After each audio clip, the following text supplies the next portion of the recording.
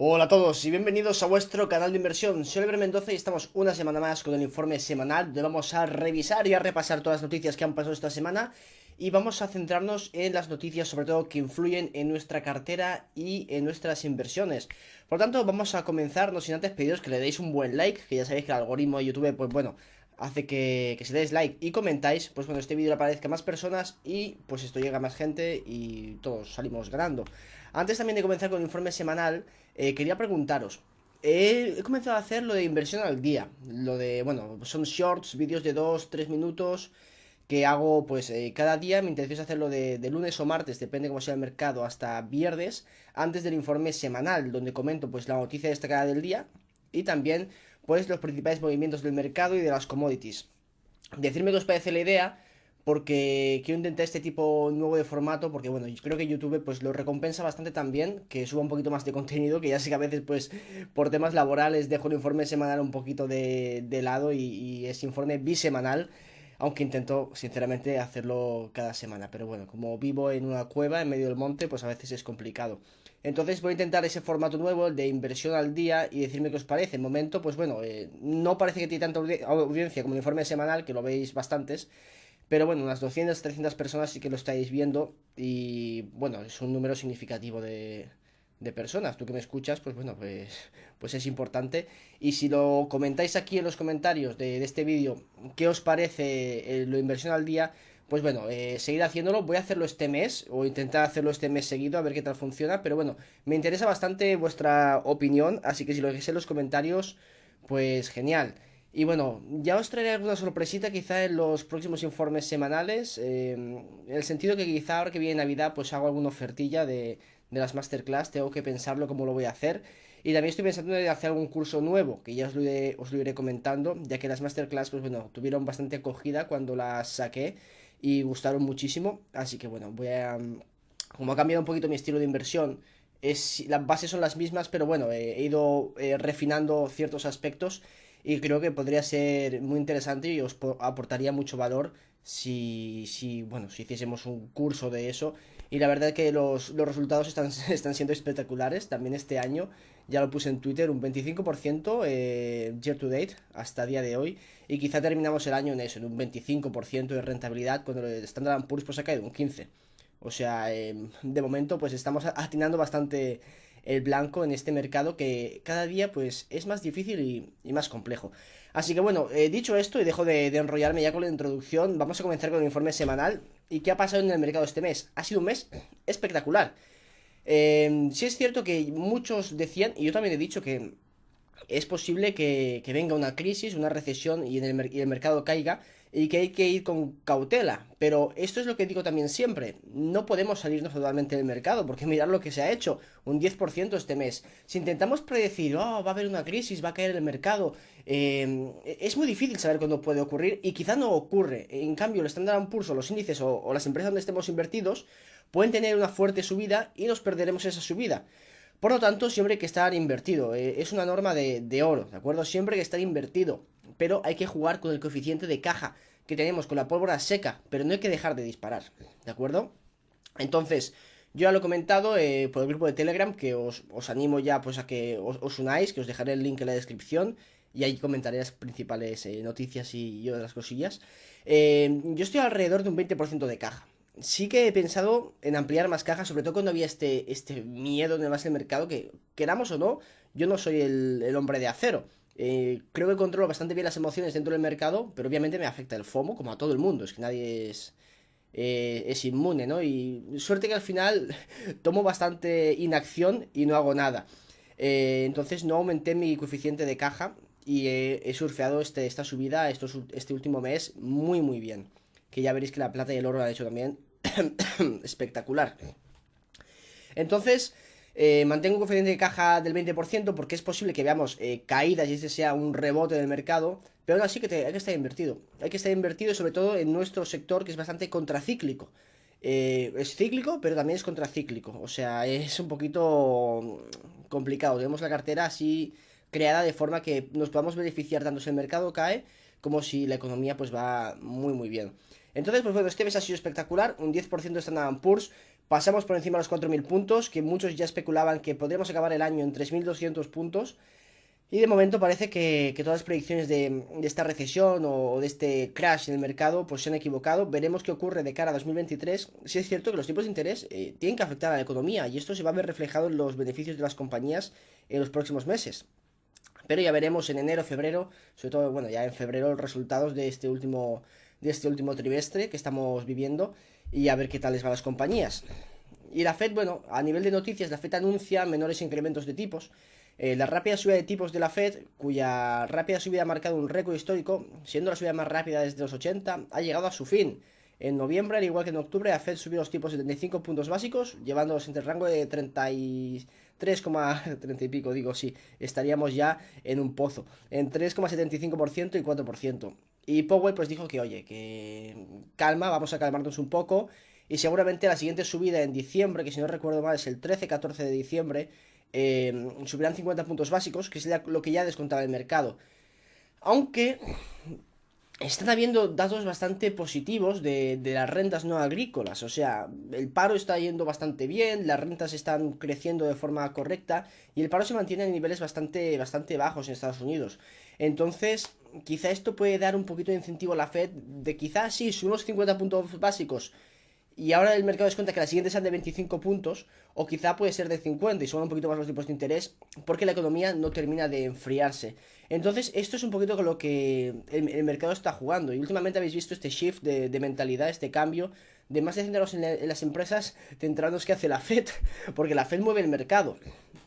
Entonces, esto yo creo que es algo que puede ocurrir, que el mercado está descontando que serán 50 puntos y 25, y yo creo que quizá puede ser 50 y 50, y que suban un poquito más los tipos de interés, aunque ya han dicho que esto parece ser que no, y de momento pues han ido cumpliendo con un retraso y tal, pero bueno, han subido los tipos de forma bastante fuerte en Estados Unidos. Entonces, pues bueno, esto es posible que ocurra, aunque yo creo que no quieren cargarse del todo la economía. Sí es cierto que ya han pasado las midterms y seguro que hay luz verde por parte del gobierno en ese sentido, pero creo que hay que ir con un poquito de ojo y que podemos esperar caídas en el mercado en la primera mitad de 2023. Esto va a colación con lo que he dicho antes, que no hay que estar desinvertido, o sea, hay que mantener la posición en una posición de inversión bastante grande que sea la principal, porque seguramente es posible que ocurra o seguramente es posible que no ocurra, o sea, pueden ocurrir las dos cosas. Sí que hay posibilidades de que la economía se resienta con esa subida de tipos y yo creo que hay más posibilidades de que veamos datos económicos negativos y resultados negativos en las empresas de cara al año que viene.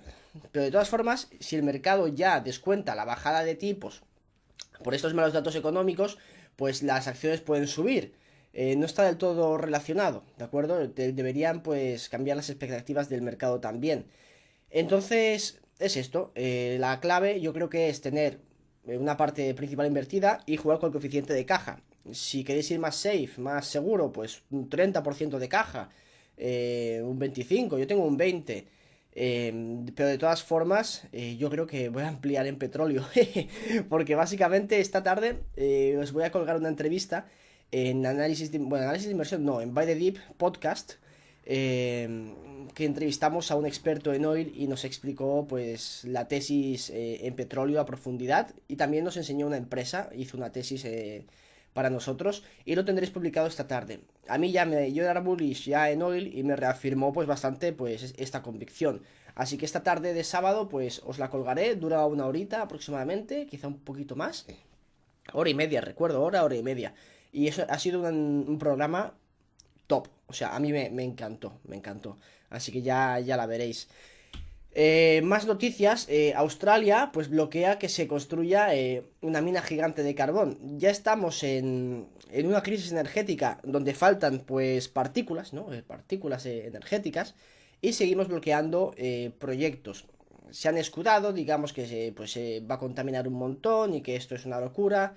Y no conozco al detalle las características o los detalles del proyecto. Y es posible que sí que estuviese pues mal planteada o lo que sea, pero esto ya nos reafirma que a pesar de la crisis energética que estamos viviendo, pues sí que es posible que sigamos con ese tipo de políticas de poner palos a las ruedas y tengamos que pagar la energía más cara por parte de ideologías y politiqueo estúpido.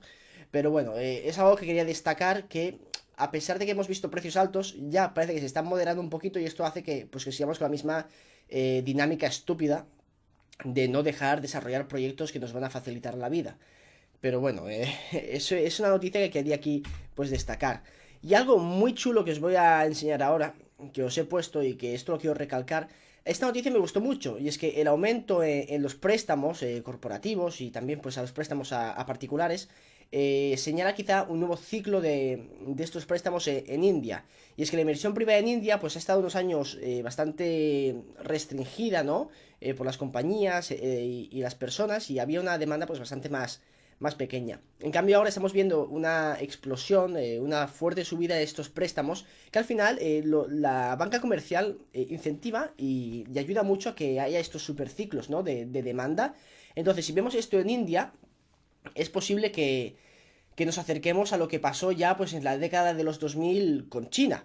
Y os voy a enseñar unos gráficos que he hecho yo un poquito a mano, ¿de acuerdo? Y los voy a intentar ligar con la explicación que os voy a comentar ahora. Quiero que os fijéis en este gráfico, que aquí tenemos, pues, tenemos el PIB por cápita de China, ¿de acuerdo? Y el PIB por cápita de India. Como vemos, actualmente el PIB por cápita de India es unos $2000, aproximadamente, más o menos. El PIB por cápita de China son más de 10.000. Esta circunstancia que tiene la India la vivió China en este punto que os he señalado aquí. Esto es 1998. Después vino la .com, ¿vale? La burbuja.com. Y después vino el ciclo súper expansivo de China, que veis que el PIB por cápita se disparó. Y además, ¿qué trajo esto? Esto trajo un superciclo de materias primas, porque China demandaba una brutalidad de materias primas increíble. Si nos fijamos un poquito en la tendencia que siguió China hasta este año, hasta alcanzar el nivel que tiene la India, y si esto lo pusiésemos en una escala logarítmica, estaría bastante chulo. Lo que todavía pues no la he encontrado para incluirla, y quizá en el siguiente informe semanal podemos comentarlo a nivel logarítmico. Pero vemos que sigue la misma tendencia, ¿ves? Desde los 60 hasta este punto va creciendo poco a poco, poco a poco, hasta que aquí comienza ya a dispararse y sube como una bestia. En cambio, la India, este tramo de aquí, pues lo podríamos igualar quizá a este de aquí de China. Si es cierto que no son homólogos totalmente, porque también pues la cultura china es diferente a la India, el sistema de gobierno es diferente. Pero al fin y al cabo el objetivo de los países y de la gente es el mismo: prosperar y aumentar el bienestar y la economía. Entonces yo creo que China, digo que India ha llegado al punto de inflexión. Ha tardado 20 años más que China, a medida que ha ido creciendo su población con bastante fuerza, y ya está pues casi al nivel de China, 1000 millones de indios que habrá también por ahí. Entonces yo creo que esto puede desatar el nuevo estallido en lo que viene siendo el ciclo de materias primas, y ver otro superciclo, que China sigue expandiéndose y sigue demandando materias primas. Pero si añadimos a los siguientes 10 años la demanda que puede venir de India cuando ocurra este crecimiento del PIB, pues puede ser muy interesante y que puede que vivamos otro superciclo de materias primas. Y aquí os quiero poner el uso de la energía por persona. Y esto está ligado al PIB per cápita. Ya podéis ver que hasta el 98, que es aquí cuando pues China se destacó a partir de los 80 de la India y llegó a este nivel, pues estamos más o menos al mismo, un poquito menos, pero al mismo casi nivel de la India, ¿de acuerdo? Más, menos. India tiene que hacer muchísima inversión en infraestructura, ¿de acuerdo? Pero ¿qué pasó? Uy, me paso. ¿Qué pasó cuando empezó a destacar y a subir su PIB per cápita de esta forma tan agresiva? Que la energía, el consumo por energía se disparó de forma brutal. Podéis ver que aquí el PIB per cápita pues se ha multiplicado por varias veces, y el consumo de energía también. Entonces, ¿puede pasar lo mismo con la India?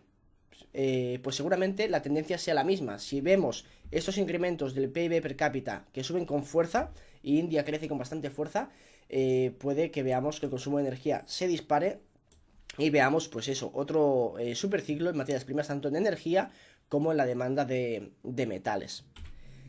Aquí una noticia muy interesante que os quería poner es que Suiza se está planteando pues prohibir el uso de coches eléctricos.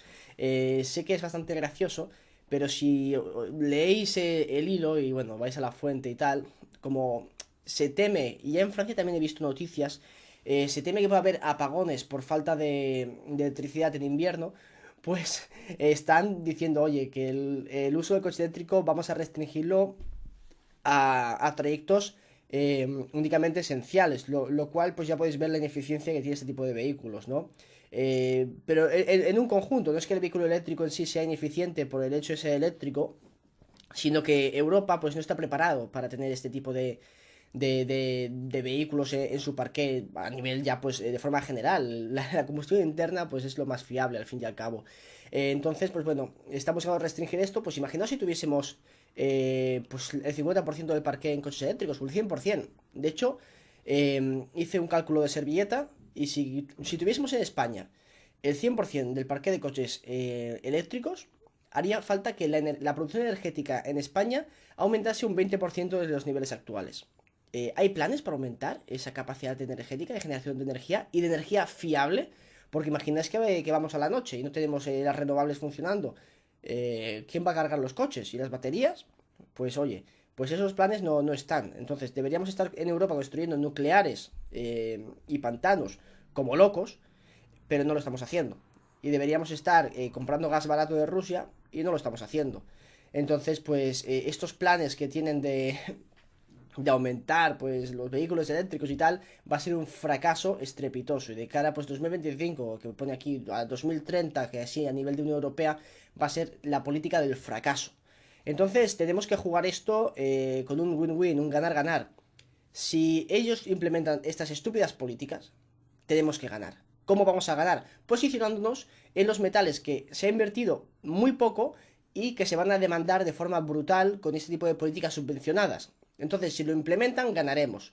Y si lo implementan y fracasa, pues también ganaremos porque estamos en el petróleo y el petróleo se va a seguir consumiendo porque va a ser imprescindible para mantener la economía viva. Por lo tanto, también ganaremos porque están los precios ultra deprimidos de las petroleras, porque el mercado se crea esta narrativa que no tiene ningún sentido, de que al final pues iremos todos en coches eléctricos, yo qué sé, en batamanta, y vemos que no es la realidad.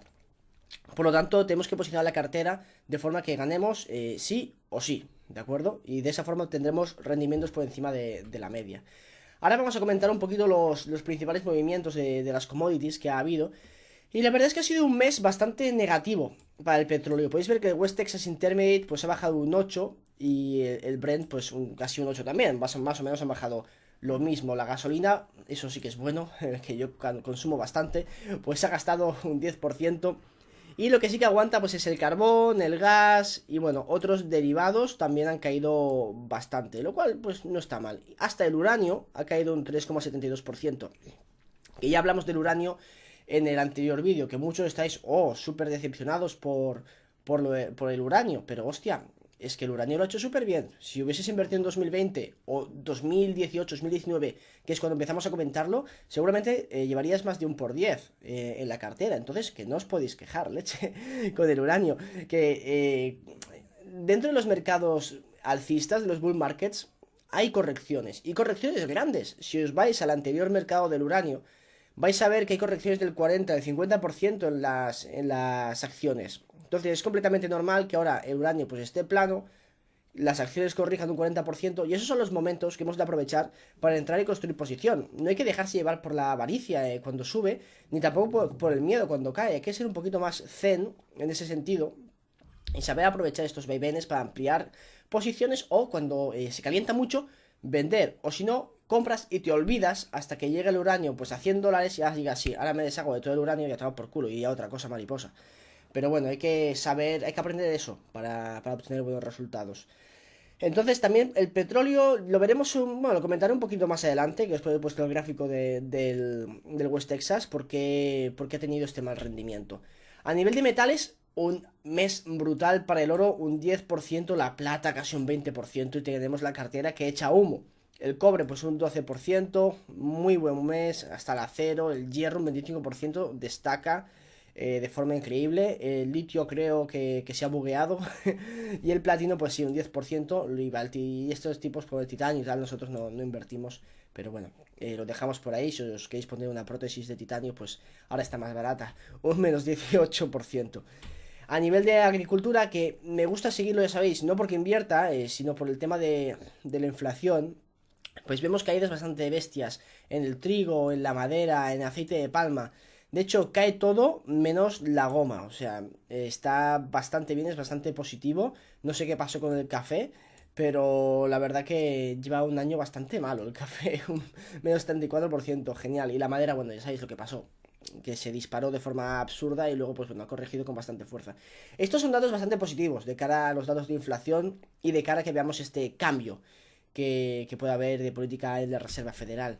A nivel de metales industriales, sobre todo destacar que el plomo pues lo ha hecho muy bien, el aluminio también, el estaño que lo ha hecho de forma genial. Recordad que entramos en Alphamin a 0,6 dólares y ya está a 0,8. Y de hecho, pues bueno, con el estaño 18.000, 19.000 y ya está por 23.000. Esto lo dijimos por el grupo de Telegram, así que si no estáis, pues bueno, os estáis perdiendo estas fuertes subidas, creo yo. Así que yo creo que vale la pena que estéis dentro. Después el zinc un 13, el níquel también lo está haciendo muy muy bien, un 26%. Entonces, es que ha sido un mes estupendo para la cartera. Si ha subido bien el Standard & Poor's un 10%, es que nuestra cartera pues ha pasado de niveles más planos a reventarlo. De hecho, publiqué el Q3 y estaba yo al 2% de rentabilidad. Se había mantenido el año bastante bien, con sus subidas y bajadas. Y hago esta fuerte subida, pues bueno, estamos, como he comentado antes, al 25%. Y seguramente cerremos el año con esa rentabilidad. O sea, muy contento con el rendimiento de la cartera. El Bitcoin, que me gusta comentarlo, podéis ver que normalmente sí que estaba ligado al Standard & Poor's, pero este mes ya no. Este mes ya no. Puede ser por FTX, es por lo de FTX y el scam. Pero bueno, vemos que el precio se ha estabilizado y no se ha recuperado como el Standard & Poor's. Cayó a principios de mes, pero el Standard & Poor's después estuvo subiendo, que ya podéis ver que el Standard & Poor's pues también tuvo un mes que estuvo plano, ¿no? Y caída, y después subió a partir del día 10. Entonces, pues el Bitcoin pues debería haber seguido un poquito esta correlación, pero no, remontó un poquito y se ha mantenido bastante plano. Cayendo un 22% este mes, situados en 16.000 euros. Yo todavía soy muy escéptico con el Bitcoin, porque creo que puede haber más problemillas. Y ya sabéis que es un activo que me gusta para especular. Y de momento no veo que todavía haya cierta capitulación en el Bitcoin. Y de hecho, si jugamos con probabilidades, que yo creo que es interesante, tenemos que ver dónde podemos ganar y dónde podemos perder. Entonces, ¿dónde podemos perder menos? Porque al fin y al cabo, en el juego de la inversión, es más importante no perder que ganar, ¿de acuerdo? Porque si ya sabéis que si perdéis pues un 10%, tenéis que hacer más de un 10% para recuperarlo. Si la acción o el activo cae un 50%, no es un 50% para recuperarlo de beneficio, es un 100%, tenéis que conseguir el doble. Entonces es más importante no perder que ganar. Mucho mejor estar 10 años componiendo al 5% anual, que un año un 10, que otro día perdemos un 20, que si otro un 30. Es más importante, como digo, no digo que seamos conservadores, porque podemos apostar duro, pero hay que valorar dónde podemos perder menos. Y yo creo que si no viene una recesión, ¿de acuerdo? De cara al año que viene y el mercado no se cae, sino que sigue subiendo. Si nos posicionamos en las acciones, en Standard & Poor's, en commodities, vamos a aprovechar este tirón. Y vamos a tener buenas rentabilidades, ¿de acuerdo? Y el Bitcoin es posible que suba. A no ser que veremos cómo si hay un ciclo súper especulativo otra vez. Pero es posible que suba y no necesariamente tiene que reventar como la última vez e irse a 60.000, 80.000. En cambio, si hay una recesión y el mercado cae con fuerza, si estamos en commodities o en las acciones han corregido bien y puede que lo sigan haciendo bien. Y las commodities ya sabéis cómo está la oferta-demanda, que hemos hablado muchísimo de ello. Pues seguramente, aunque el mercado caiga, podemos obtener unos muy buenos rendimientos y rendimientos positivos, que es lo importante. En cambio, el Bitcoin, si ha habido una recesión fuerte, seguramente es posible que te caiga otro 50%. Entonces, podemos perder muchísimo más que posicionarnos en otros sectores y además el posible beneficio pues no es tan exagerado, porque si no hay un superciclo del Bitcoin como la última vez especulativo, pues bueno, podemos tener buenos resultados, pero bueno, el riesgo es muchísimo mayor. Entonces, yo creo que todavía no compensa. no hemos visto capitulación y hay sectores muy baratos donde el riesgo-beneficio pues compensa más ahora mismo que en el Bitcoin. Que luego me equivocaré y el Bitcoin será 60.000. Pues genial. Yo con mis petroleras también me habré hecho un por dos y quizás no habré ganado tanto con el Bitcoin. Pero en el caso de que no sea así y que nos peguemos una buena hostia, entonces yo no perderé tanto. Que yo creo que es más importante. A nivel de, como he dicho, commodities del oro, un mes genial, súper bien, lo he hecho muy bien el oro, y igual que la plata, que lo he hecho de forma súper estupenda. Y esto yo creo, por lo que he comentado antes, de que se espera este cambio en el pivot de la Fed y que no van a subir de forma tan agresiva, y ojalá que el año que viene veamos la plata en $30. Y hablando de la plata viene calentita, y es que el Instituto de la Plata, Silver Institute, pues dice que va a haber un gran déficit en las próximas décadas de plata. De hecho, para el año siguiente, pues se espera que la demanda crezca un 16%. Lo hacen todo en azul, que no es lo más ideal, pero bueno, podemos ver que la demanda industrial se va a disparar, de la fotografía siempre se pierde, así que a nivel de joyería y a nivel de cubertería y barras y tal, pues yo creo que va a ir bastante bien. Si nos vamos aquí de forma más concreta a ver oferta y demanda dentro de la plata, vemos que la producción minera pues aumentará un 1%, no es significativo, el tema de reciclaje sí que va a aumentar. Y además, pues bueno, el supply total pues va a crecer en un 2%. Y después, si nos vamos a la demanda, que también es muy importante, es clave, pues a nivel industrial vamos a ver que crece un 5%, la fotografía pues sigue perdiendo terreno, como siempre, y esto pues es negativo. Aunque en algún momento esto dejará de perder, ¿de acuerdo? A nivel de joyería, ellos esperan un aumento bastante potente. A nivel de cositas de plata, pues un aumento del 70% brutal. Esto está dirigido sobre todo por la India, que está viendo ahora un aumento genial de consumo de plata. Y a nivel de inversión estamos viendo un aumento muy potente. Y esto lo vemos mucho en el bullion, en las monedas, donde están cotizando a $30 la plata física. Y yo creo que en algún momento ese gap se va a tener que cerrar.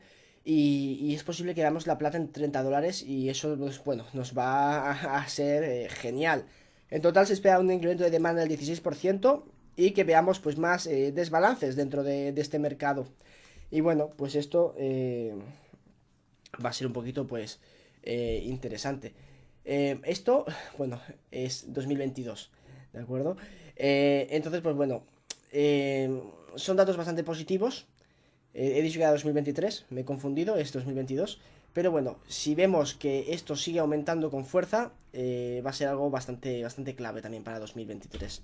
A nivel del petróleo, ha caído con muchísima fuerza este mes, no lo ha hecho muy bien. Y la verdad que esto ha sido porque China no ha aumentado la demanda con tanta fuerza.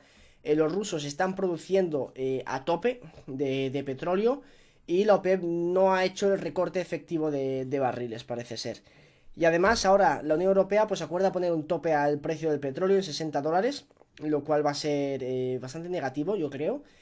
Menos con el que viene por oleoducto, este se salva, porque los países rollo Hungría y tal han dicho, hostia, a mí no me hagáis esto, porque yo quiero seguir comprando petróleo bastante barato.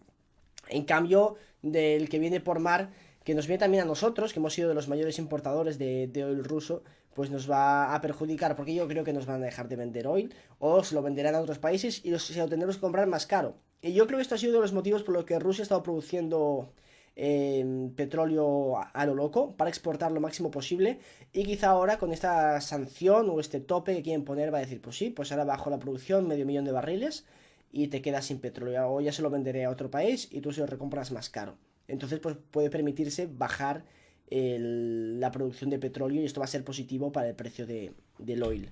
Eso hablaremos, se habla de este tema y de este tema de petróleo, sobre todo en la entrevista que he dicho que os publicaré esta tarde en Valladolid Podcast, así que recomiendo que la veáis.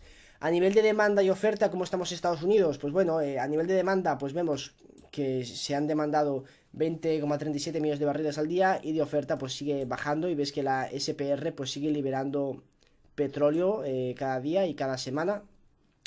Y bueno, el total del resultado pues es bastante negativo. Se siguen bajando los inventarios y ya veremos qué pasará pues cuando baje, se elimine la SPR. Inventarios totales, podéis ver que la tendencia sigue igual. Estamos a niveles pues que no se veían, pues como podéis ver, desde 2004. ¿Y qué pasó de 2004 a 2008? Que el precio del petróleo hizo su flip y se disparó como una locura.